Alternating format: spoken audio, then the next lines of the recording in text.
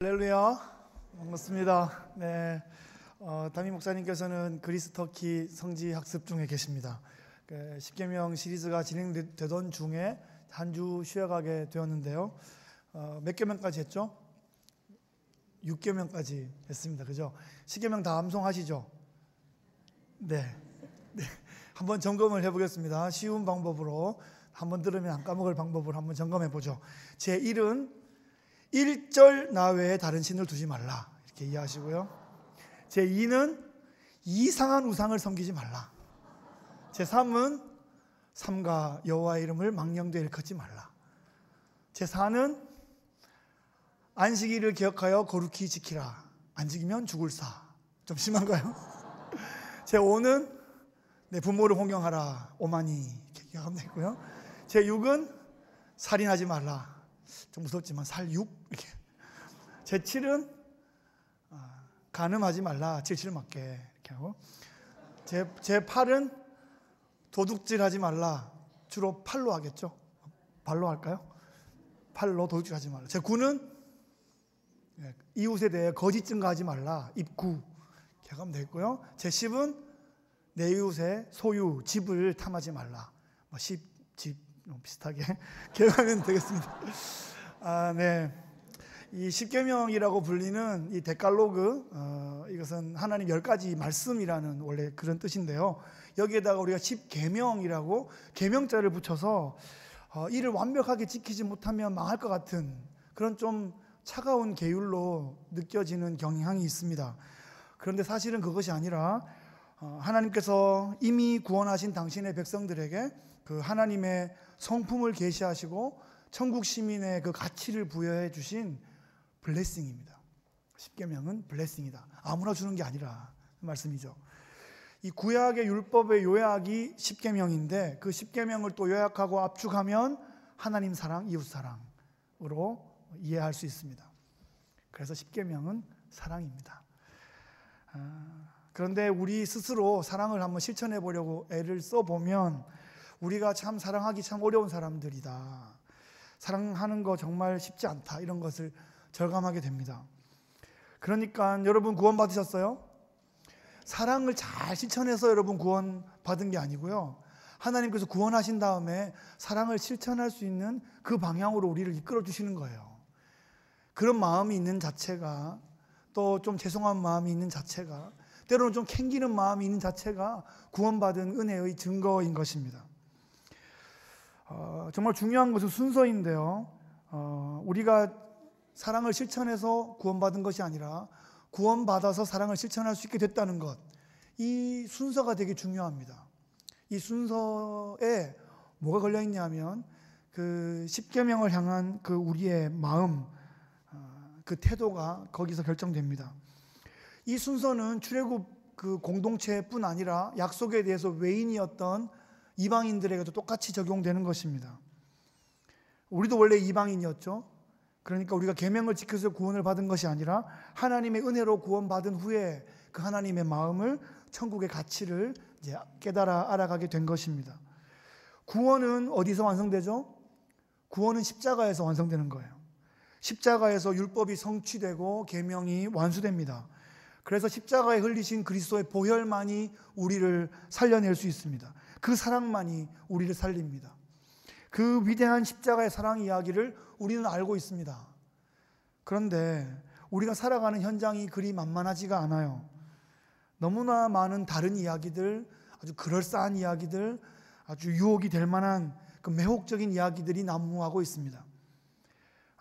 고대 그리스, 로마 그 시대에 고린도와 흡사한 시대를 우리가 살아가고 있는 것 같습니다. 고린도라는 도시는 고대 로마 제국의 아가야라는 그 주의 수도였고요. 유명한 무역항이었고 다양한 문화와 인종과 종교의 본산지였습니다.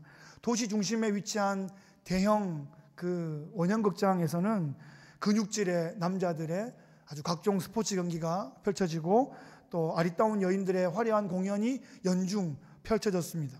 고린도시가 내려다 보이는 그 고린도 아크로폴리스 그 언덕에는 아프로디테의 신전이, 그 여신의 신전이 거기 있습니다. 그 신전에는 1000여 명의 여사제들이 상주하면서 제사의식을 겸한 매춘 행위를 하고 있었습니다. 역사가들이 기록하고 있습니다. 한마디로 신약 성경 시대의 고린도는 물질적으로 매우 부유하고 문화가 개방적이고 아주 다원적인 그런 종교들을 수용하면서 도덕적으로 매우 문란한 도시가 되어 있습니다. 고린도 사람들은 사랑에 대해서 어떤 감정을 가지고 있을까요? 어떤 학자는 고린도에는 돈과 술과 종교와 성이 사랑이라는 단어에 절묘하게 결합되어 있다, 이렇게 평가하였습니다. 고린도의 다운타운에서 만들어지는 그 왜곡된 사랑의 이야기들, 그런 이야기들이 고린도 교회 성도들에게 영향을 끼치고 있다는 것입니다. 그리스 로마 신화에 나오는 그 신들의 비틀린 그런 사랑의 이야기들, 고린도 그 신전의 여사제들과 아주 음란한 제사를 드리면서 몸과 마음을 홀랑 빼앗겨버린 그런 이야기들이 세속의 고린도 그 도시 한복판에 세워진 그 공동체에게 그 압력처럼 계속 영향을 끼치고 있었다는 것입니다. 언제 그때 그곳에서만 그렇겠습니까? 우리 시대의 문화도 한번 돌아보시죠. 뉴욕의 뮤지컬이나 헐리우드의 영화들, 드라마들, 그 대중가요들, 뮤직비디오, 그 모든 문화적인 현상들이 세속적인 사랑을 갈구하는 그런 문화들입니다. 왜곡된 사랑, 비틀어진 사랑, 비정상적인 사랑이 대부분이죠. 오늘날 대중문화의 스타들은 어찌 보면 그 시절에 고린도의 신전의 여사제들처럼 우리들의 마음을 유혹하여서 아프로디테의 신전에 바치는, 심하게 보면 그런 예식들을 계속하여 펼치고 있는 것 같습니다. 어느 시대나 그 시대의 문화를 장악하고 있는 그 문화 현상의 이면에는 아주 세속적인 그 문화의 이면에 매우 종교적인 것들이 깔려 있습니다. 매우 세속적인 것과 매우 종교적인 것이 결합되어 있는 그런 모습이에요. 그 세속의 고린도에서 구원받은 그 고린도 성도들은 다운타운과 그 신전의 그 왜곡된 사랑의 이야기가 아니라 성경이 들려주는 그 사랑의 이야기에 귀를 기울여야 했습니다. 그런데 고린도 교회 성도들이 그 왜곡된 사랑의 이야기에 노출이 더 많은 거예요. 훨씬 더 자주 노출되기 때문에 그 영향을 쉽게 벗어날 수가 없는 것입니다. 고린도 교회에서 계속하여 파당이 일어나고 분쟁이 일어나고 서로의 은사와 또 그런 신분에 대해서 시기와 원망이 계속하여 일어나고 자신의 마음에 맞는 사람들끼리 모여서 최고급 포도주와 떡을 떼면서 가난한 사람들은 나 몰라라 하는 그런 일들이 벌어졌습니다. 세상에도 없는 음행 사건이 벌어지고 술에 자주 취하거나 세상 법정에 고소하거나 형제를 모욕하거나 돈을 숭배하는 그런 일들이 계속하여 펼쳐졌습니다. 그런데 이런 이야기가 세상 사람들의 이야기가 아니라는 것입니다. 복음을 들은 사람들, 복음을 아는 사람들, 거듭난 사람들의 이야기일 수 있습니다. 은사가 없는 사람들의 이야기가 아니라 각양의 은사로 충만한 사람들이 이런 이야기들에 계속 연루가 되는 것입니다. 성령을 모르는 사람들이 아니라 성령을 마음속에 모셨다고 감격의 눈물을 흘리던 사람들이 이런 일들에 계속하여 연결되고 있는 것입니다. 하나님의 사랑을 알고 거듭나고 성령을 마음에 모셨다는 그 성도들의 삶에도 이런 어이없고 미숙하고 유치한 사건들이 계속하여 펼쳐지더라는 것입니다. 그러니까 구원받으면 저절로 선해지는 것이 아닙니다. 믿기만 하면 행함이 자동으로 따라오는 것이 아니에요. 우리 안에 있는 그 죄의 뿌리와 악의 영향력은 아주 집요한 것입니다. 세속의 사랑의 이야기가 우리를 구원한 그 사랑의 이야기를 계속하여 압박을 가하면서 깔아먹고 정복해 올 때 우리는 그 사랑의 이야기, 그 왜곡된 사랑의 이야기들에 영향을 받게 돼요. 우리의 생각이, 우리의 가치관이, 우리의 언어가, 행동이 지속적으로 영향을 받게 되어 있습니다. 우리가 구원받는 것은 우리를 의롭다 칭해 주시는 그 순간, 칭의의 그 순간에 구원을 얻게 되는데 그 이후에 지속적인 성화의 과정을 밟아 나가야 한다는 것입니다. 그러니까 어찌 보면 우리의 신앙생활의 시작은 오래되었는데 성장이 엄청 더디다면 성경의 이야기가 내 생각을, 내 행동을 지배하고 있는지, 아니면 세상의 드라마나 신문의 사설이나 그런 이야기들이 오히려 나를 더 지배하고 있지 않은지 우리가 돌아보아야 할 것입니다. 바울이 고린도 교회에 전한 이 사랑의 이야기, 바로 이것이 우리의 생각을 지배하는 이 귀한 시간 되시기를 주의 이름으로 축복합니다. 고린도전서 13장을 사이에 두고 그 앞뒤로 12장과 14장을 은사장이라고 부릅니다. 많은 은사들이 리스트로 나와 있습니다. 지혜의 말씀, 지식의 말씀, 믿음, 병고침, 능력 행함, 영분별, 방언 통역, 이런 많은 은사들이 소개되고 있습니다. 이 각양의 은사들은 교회를 섬기라고 각 성도들에게 베풀어 주신 것입니다. 고린도 교회는 은사가 너무 많았어요. 왜 그랬을까요? 그 도시에 할 일이 많아서 그래요. 그 성도들을 위해서 하나님께서 하시고자 하는 일들이 많아서 그래요. 그래서 은사를 베풀어 주신 거예요. 은사는 원래 내 것이 아니거든요. 은사는 주인께서 주시는 거고요. 그걸 받는 사람은 청지기가 되는 것입니다. 그래서 많이 맡겨주셨다는 것은 많이 원하시는 거예요. 많은 사명과 사역들을 맡겨주신 것이니까요. 그런데 자기가 잘나서 이런 것들을 얻었다고 생각했나 봐요. 그저 감사하고 순종하고 사랑으로 이것을 행해야 됐는데 이것으로 자랑하고 시기하고 비교하고 질투하고 이런 일들이 고린도 교회에서 벌어졌습니다. 고린도의 그 다운타운에서 넘쳐나는 그 왜곡된 사랑의 이야기들이 그들에게 부여받은 그 은사들 사이사이에도 삐집고 들어오기 시작합니다. 성도들의 관계 속으로 삐집고 들어오기 시작해요. 그 진정한 사랑 이야기를 알고 있는데 이것이 막 죄로 또 다른 어떤 왜곡된 이야기로 코팅이 되어서 그것이 막 안 보이는 상황처럼 되고 있습니다. 바울은 13장을 시작하기 전에 12장 마지막 절에 이렇게 말하고 있습니다. 12장 31절에 너희는 더욱 큰 은사를 사모하라. 내가 또한 가장 좋은 길을 너희에게 보이리라. 지금 고린도 교회 성도들에게 원하는 것은 더 큰 은사를 좀 더 원해봐라, 이 말을 하고 있는 게 아니에요. 은사는 충분하다는 거예요. 은사는 충분한데 그 은사를 작동하는 방식이 사랑이어야 한다라고 말하고 있어요. 그래서 은사장 사이에 사랑장을 두고 있는 것입니다. 본문 1절 말씀 한번 보시면요, 같이 한번 읽어봅시다. 시작.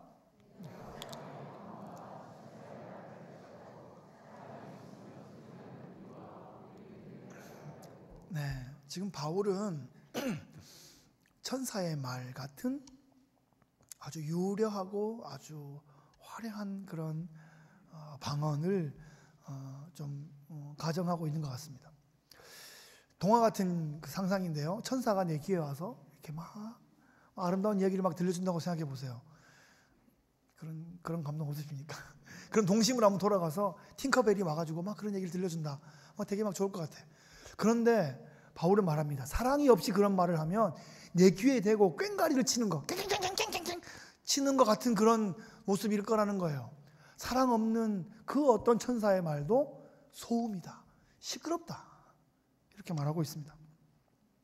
2절을 보시면 내가 예언하는 능력이 있어 모든 비밀과 모든 지식을 알고 또 산을 옮길 만한 모든 믿음이 있을지라도 사랑이 없으면 내가 아무것도 아니다, 이렇게 말하고 있습니다. 바울은 지금 예언과 믿음에 대해서 말하고 있는데요, 여기서 말하고 있는 예언은 미래의 일을 점치는 것을 말하는 것이 아니라 하나님의 말씀을, 하나님의 마음을 잘 깨닫게 해주는 그런 예언을 말해요. 그러니까 여기서 말한 예언은 아주 훌륭한 청중을 완전히 그 큰 감동으로 이끌어갈 수 있는 설교를 의미할 수 있습니다. 믿음은 산을 막 옮길 만한 그런 믿음, 그 최고의 설교, 최고의 믿음이 있는데, 그런데 사랑 없이 그것을 행하면 nothing이다, 이렇게 말하고 있습니다. 주님 그런 말씀하셨죠. 나더러 주여 주여 하는 자마다, 그런 말씀하실 때 그들이 주여 주여 하면서 주의 이름으로 귀신을 쫓고 선지자 노릇하고 권능을 행했는데 주님께서 불법을 행하는 자들아 내게서 떠나가라, 이렇게 말씀하세요. 이유가 뭘까요? 사랑 없이 그것을 행한 거예요. 사랑 없이 행하면 nothing이라는 것입니다. 이 시대에도 거짓 선지자들, 자기들을 아주 그리스도라고 칭하고 자기를 성령이라고 칭하는 그런 거짓 종교 지도자들이 있습니다. 한국이 아주 세계적으로 그런 종교 천재들이 많이 나왔었는데요. 자기의 유익을 구하는지 정말 진정한 사랑을 구현하는지를 잘 주목해서 보면 분별할 수 있습니다. 자신을 그리스도로 자처했던 통일교회 문선명이 있습니다. 그리고 그 제자였다가 독립했던 JMS 정명석이 있습니다. 그리고 초기에 문선명한테서 쫓겨났다가 그 퇴출된 사람들이 이렇게 모여가지고 어떤 사람을 막 세워가지고 그 사람이 지금 요즘 제일 핫한데요. 신천지의 이만희가 그런 사람입니다. 자신을 성령으로 부르는 사람이 있어요. 한 시대를 풍미했었는데 요즘에 신문에 오르락내리락 하더니 요즘 수감 중인 이재록 씨가 있습니다. 하여튼 전혀 사랑 없이 퍼포먼스를 행하다가 열매 없는 모습으로 다 드러나게 된 그런 거짓 선지자들입니다. 3절은 구제와 순교에 대해서 말하고 있습니다. 내가 내게 있는 모든 것으로 구제하고 또 내 몸을 불살에게 내줄지라도 사랑이 없으면 내게 아무 유익이 없다. 자신의 전 재산을 도네이션하는 놀라운 수준의 헌신을 예로 들고 있습니다. 또한 자신의 생명을 불구덩이에 던지는 아주 놀라운 수준의 순교를 지금 예로 들고 있습니다. 이런 것은 정말 우리 인생의 로또 맞기보다 훨씬 더 어려운 특별한 상황일 것이에요. 그런데 그런 엄청나고 놀라운 상황이 우리에게, 나에게 벌어진다 하더라도 내가 사랑 없이 그런 일을 행했다고 하면 나에게 아무런 유익이 없다, 이렇게 말하고 있습니다. 다른 사람들은 어찌 보면 내가 점부를 도네이션하면 거기에 혜택을 받을 사람이 있을 수 있겠고, 내가 불구덩이에 나를 던져서 순교하면 그 모습에서 영적인 감화와 도전을 받을 수 있는 사람이 있을 수 있겠으나 나에게는 아무 유익이 없다, 이런 말씀이에요. 그러니까 우리가 사랑 없이 악을 쓰고 십계명을 성취한다고 하더라도 하나님께서 인정하지 않는다는 말입니다. 그런데 사랑의 마음을 가지고 아주 작은 부분이라도 회개하고 또 순종하고 나가려고 한다면 하나님께서 그 작은 순종을 크게 보신다는 것입니다. 우리가 바리새인과 세리의 기도의 모습에서 예로 들 수 있을 것입니다. 하나님은 그 훌륭했던 바리새인의 모습보다 그 세리의 모습이 더 의롭다, 이렇게 인정하셨습니다. 왜냐하면 자신의 의가 아니라 하나님의 사랑에 의지했기 때문입니다. 4절부터는 사랑의 캐릭터에 대해 소개하고 있습니다. 중요한 포인트가 두 가지 있는데요. 첫째는 사랑은 무엇이다 라는 그런 형용사형이 아니라 사랑은 무엇 한다 라는 동사형으로 표현해주고 있다는 것입니다. 사랑은 감상이 아니라 실천이다 라는 뜻이고요. 둘째는 그 사랑의 행동이 현재형으로 나타나고 있다는 것입니다. 그 말은 헬라어의 현재형은 계속하여 반복되어 일어나야 되고 계속하여 개발되고 성숙될 수 있다라는 의미를 포함하고 있습니다. 이 사랑의 캐릭터는 예수님께서 십자가 위에서 완벽하게 성취해 주셨습니다. 그 사랑을 묵상하면서 우리 삶에 적용해 나가는 것, 그것이 구원받은 성도들의 가장 중요한 사명이자 또 훈련이자 사역이 되겠습니다. 첫째로 사랑은 오래 참습니다. 사랑하면 참습니다. 그래서 잘 참지 못하면 사랑이 부족한 것이다, 이렇게 생각해 볼 수 있겠어요. 사랑하기 때문에 참을 수 있습니다. 예수님께서 제자들을 참아주셨습니다. 사도 바울이 고린도 교회를 참아주고 있습니다. 사랑하기 때문에 참는 거예요. 고린도 교회의 그 왜곡된 사랑의 이야기들이 교회를 막 휘어잡고 있는데 그리스도의 십자가 사랑으로 돌리기 위해서 바울은 자신의 모든 편지 중에 가장 긴 편지 2편을 고린도 교회를 향해 쓰고 있습니다. 그렇게 느리지만 아주 치밀하게 또 그렇게 행동하며 사랑을 베풀고 있습니다.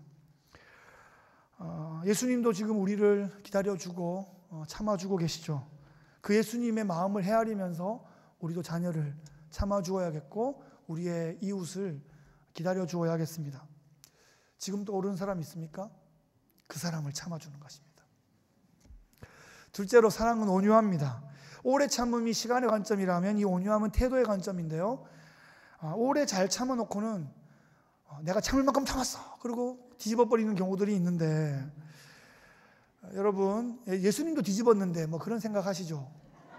혹시 그러십니까? 그런데 여러분 예수님은 온유하게 뒤집으셨어요. 오해할 수 있는 사람들을 위해서 제가 확인해 드리겠습니다. 요한복음 2장의 성전 청결 기사를 보시면 15절 보시면 노끈으로 채찍을 만드사 양이나 소를 다 성전에서 내쫓으시고 돈 바꾸는 사람들의 돈을 쏟으시며 상을 엎으셨다. 여기에서 예수님 성질 부리는 모습이 보이십니까? 잘 보세요. 자기 안에 성질이 있으면 성질 부리는 것처럼 보일 수 있어요. 그런데 여러분, 소나 양을 손으로 이렇게 모는 게 아니에요. 채찍으로 할 수 있죠. 노끈으로 만든 채찍 아파요. 얼마나 아프겠습니까? 가죽 채찍이 아니라, 갈고리 있는 이런 채찍이 아니라 노끈으로 채찍을 만드셔서 동물들을 쫓아내신 거예요. 그죠? 여기까지 따라오십니까? 그 다음에 돈상. 여기서 우리가 제일 많이 생각해. 돈 있는 상을 발로 뻥 차가지고 쨍쨍쨍쨍쨍쨍 쨍그랑 이런 걸 생각하는데 그렇지 않아요. 본문 보세요. 돈을 쏟으시고 그 다음에 상을 엎으십니다. 돈이 있는 상이 막 날아다니는 것이 아니고 돈을 쏟으시고 상을 엎으십니다. 앞거는 그 다음인데요. 비둘기를 한번 보세요. 이 비둘기를 엎어버리거나 비둘기를 쫓아버리면 날아갈 거 아니에요. 비둘기 파는 사람들에게 이르되 이것을 여기서 가져가라. 얼마나 온유하십니까? 그죠? 예수님은 엎어도 온유하게 엎으셨다. 이렇게 사랑은 온유하게 엎는 것이다. 이렇게 적용해 보면 되겠습니다. 셋째, 사랑은 시기하지 않습니다. 이 세속적인 드라마를 이끌어가는 테마가 시기심이죠. 그래서 뭐 몇십 부작 드라마가 시작돼도 제일 첫 편에 보면 어떤 사건이 하나 생기는데 시기심이 딱 생기는 거죠. 그게 발단이에요. 남 잘 되는 것, 남 잘 사는 꼴을 못 보는 게 이 시대의 문화이거든요. 드라마이기 때문에 좀 과장되는 면이 있는 것 같다, 그런 생각이 들지만 꼭 그렇지 않아요. 충분히 개연성이 있고 우리가 듣고 보는 뉴스야 신문에서 그 영화보다 더 영화 같은 이야기들이 실제로 재현되고 있으니까요.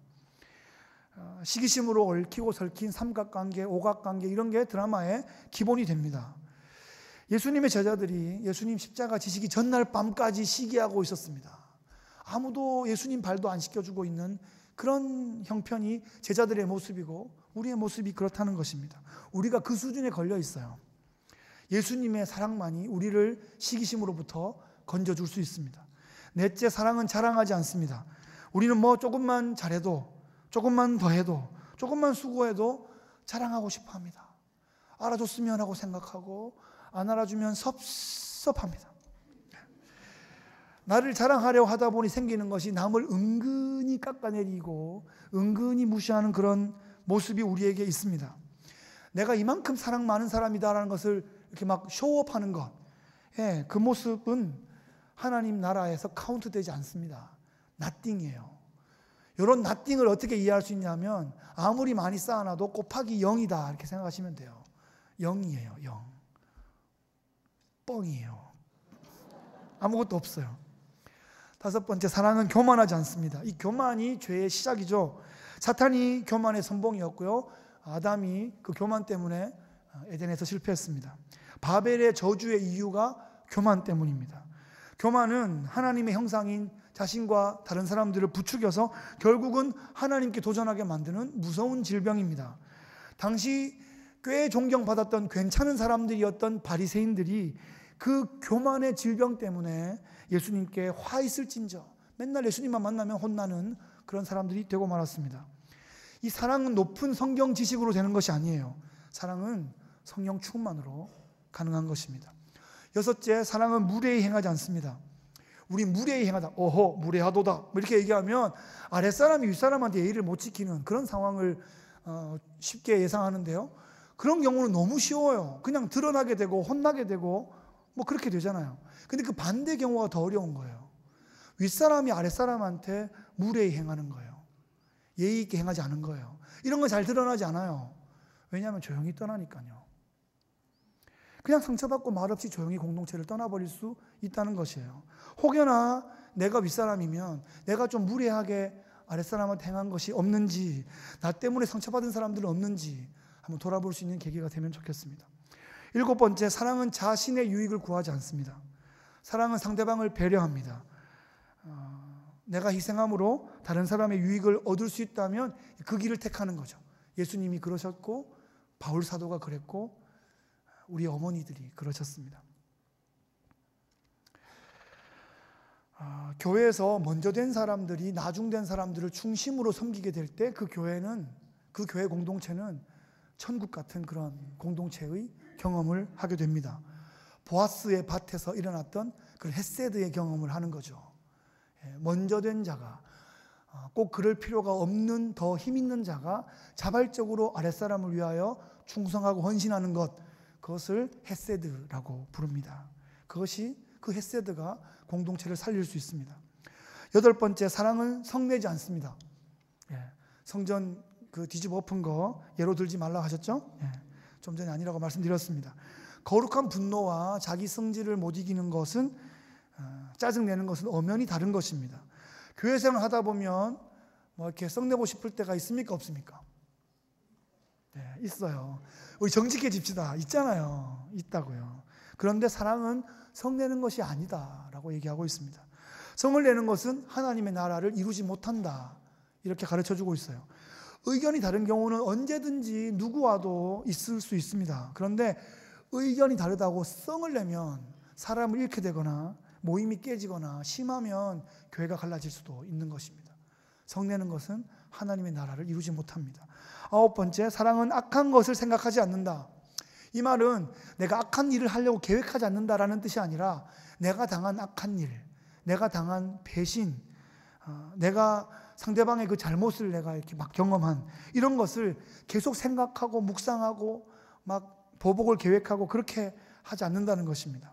예수님께서 제자들의 그 실수와 배반을 가슴 깊이 묻어두지 않으시는 그런 모습을 기억할 수 있습니다. 자신을 죽음에 이르게 한 사람들, 자신을 조롱하는 사람들까지 다 용서하는 그런 모습입니다. 우리가 참 이렇게 범접하기 힘든 그 경지죠. 십자가에서 보여주신 예수님의 사랑이 이런 모습입니다. 사랑은 10번째로 불의를 기뻐하지 아니하고 진리와 함께 기뻐합니다.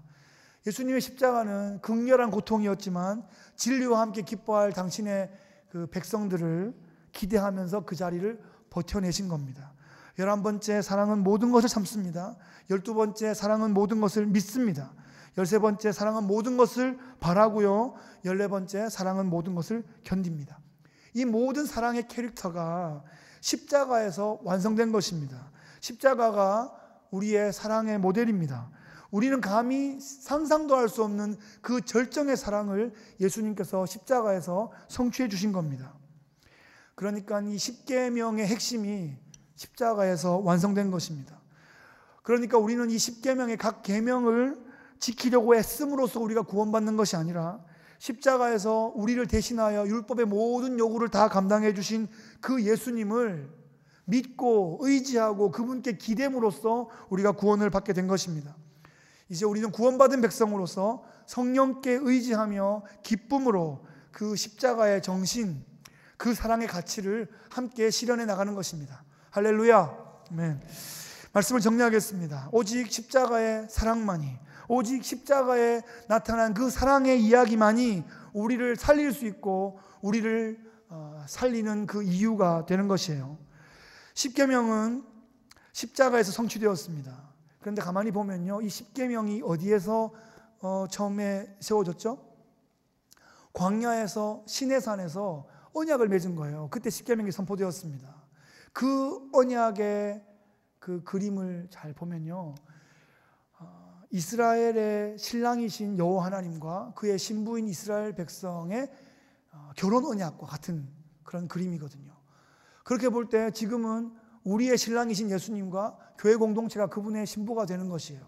그래서 그 십계명의 처음엔 제가 그것이 계명이 아니다라고 얘기했던 것은 그 사랑의 이야기인 거예요.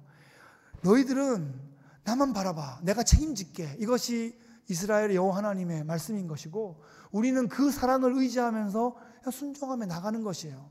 그거 다 실천하면 부인 삼아줄게, 그거 다 실천하면 내 백성 삼아줄게가 아니었던 것입니다.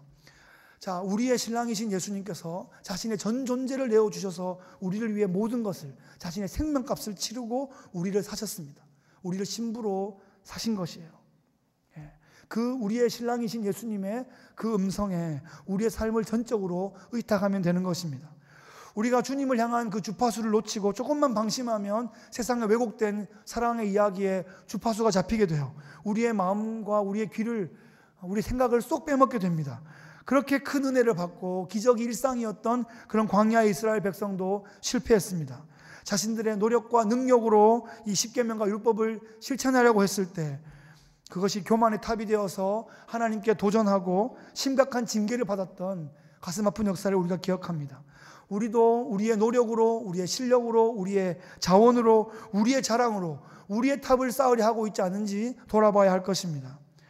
우리에게 주신 은사들이 사랑으로 실천되고 있는지를 계속하여 점검해야 됩니다. 우리 자신을 드러낼 수 있는, 드러내고자 하는 그런 유혹의 지뢰들이 도처에 깔려있기 때문입니다. 한순간 방심하면 나의 의, 우리의 자랑이 아주 뻥뻥 터지게 될 것입니다. 십계명을 그저 계명으로 실천하려고 하면 종교적인 계율이 되어버립니다. 포기해버리거나 아니면 좀 내가 잘한 것 같으면 남을 판단하는 죄를 범하게 되죠. 십계명을 온전히 실천할 수 있는 사람은 아무도 없습니다. 다만 우리가 할 수 있는 것은 십계명에서 그 십자가를 발견하는 것입니다. 십자가에서 모든 계명을 다 이루신 예수님을 기억하고 그분께 의뢰하는 것입니다. 그것이 우리가 살 길입니다. 오직 십자가의 사랑만이 우리를 살렸고 살릴 것입니다. 이제 우리는 성령께 의지하며 십자가의 사랑으로 살아가고 앞으로 걸어갈 것입니다. 이 광야 같은 세상, 또 때로는 세속의 고린도 같은 이런 시대를 동시에 살아가는 천국 백성으로서 십자가의 사랑으로 하나님의 사랑, 또 이웃 사랑을 기쁨으로 실천해 갈 수 있기를 주의 이름으로 축복합니다. 사순절 이 시작된 첫 주일입니다. 예루살렘을 향하여, 십자가를 향하여 묵묵히 걸어가신 예수님의 발자취를 함께 우리 신약 통독을 함께 해나가며 함께 이루어가는 신실한 제자들 되시기를 주의 이름으로 축복합니다. 기도하겠습니다. 참 좋으신 하나님 아버지, 감사합니다. 우리에게 십계명을 주신 것은 우리를 위해 자신의 생명을 주실 것을 약속하신 하나님의 그 약속이었고, 우리의 신랑 되신 예수님께서 자신의 생을 다 드리시며 우리를 구원해 주신 그 사랑의 이야기입니다. 그 이야기에 감격하고 그 이야기에 기대어 우리의 삶이 멋지게 살아내어지고 올려드릴 수 있도록 성령으로 이끌어 주시옵소서. 감사드리며 예수 그리스도의 이름으로 기도하옵나이다. 아멘.